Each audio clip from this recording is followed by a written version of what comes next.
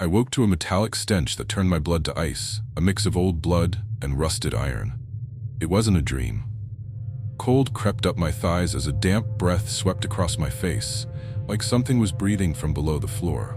The room was dark, but a ghostly streak of light from the street lamp outside fell right across the vent above my bed. Inside, behind the black geometry of the grate, something moved. Slowly, deliberately. I lay still, my heart pounding against my ribs. A rat, maybe? No, this movement was too purposeful, too large. A shadow leaned forward, and two eyes blinked into view, huge, black, with pupils that swallowed all light. They stared straight at me. My phone was on the nightstand, just out of reach. I stretched slowly, fingers trembling toward the plastic, but a scraping sound froze me. The grate in the vent rattled. Nails, long, bony, curved like old knives, scraped against the metal. Something was trying to get out. I snatched the phone and flicked on the flashlight. The beam cut through the dark and hit the vent. There it hung. The face wasn't human. Eyes bulged black as oil with a glistening film over the pupils, cheekbones sharp as glass, lips torn into an eternal grin. And the mouth, it opened too wide, too deep, like a mask splitting upward. It hissed, a sound of wet death and grinding metal. Suddenly the nails shot through the grate, curved like claws, gripping the edges. The metal groaned as it began to bend. I threw myself out of bed, but the door to my room slammed shut with a thud that shook the walls. No wind. No windows open, just silence, and then that breath again, raspy hissing, right behind me. I didn't dare move. The stench of rotting flesh flooded my nostrils. Something dripped onto my neck, warm, sticky.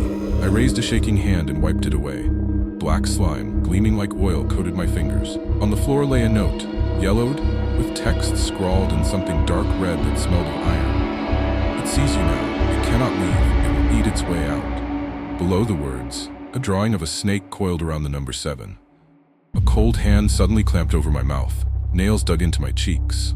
I screamed, but the sound drowned in a wet, bubbling whisper in my ear. 7 days. Then it's your turn. I twisted free and stumbled backward.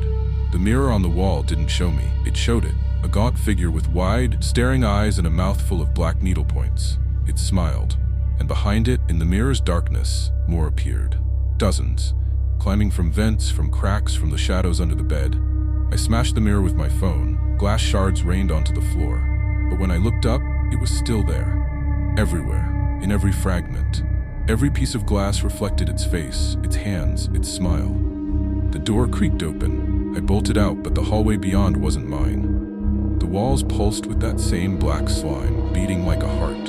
Vents along the ceiling opened one by one. Eyes blinked, nails scraped. I ran until my lungs burned. Downstairs that didn't exist, through doors that led back to the same room. Finally I fell, bleeding and gasping, into a storage room. There, I found them. Photographs, hundreds, on the walls, the floor, in piles, all showing people, teenagers, children, the elderly, all with the same black mark burned into their foreheads, Vent 7. And at the front, my own face, taken tonight, with its hands on my shoulders. Then I heard it, a voice through the speakers in the ceiling. 7 days, then you're free. But it was a lie, because on the wall in my own blood the numbers began counting down. 6, 5, 4. I don't know how I got home, but when I woke in my own bathtub, covered in that black slime, I knew. It came with me. It's still breathing in the vent, and on my wrist, burned into my skin, the symbol now glows, Vent 7. The air grows heavier now, doesn't it? The shadows in your own room feel a little closer. If this tale clawed its way under your skin, subscribe to the channel. More whispers from the dark are waiting, watching, just beyond the grave.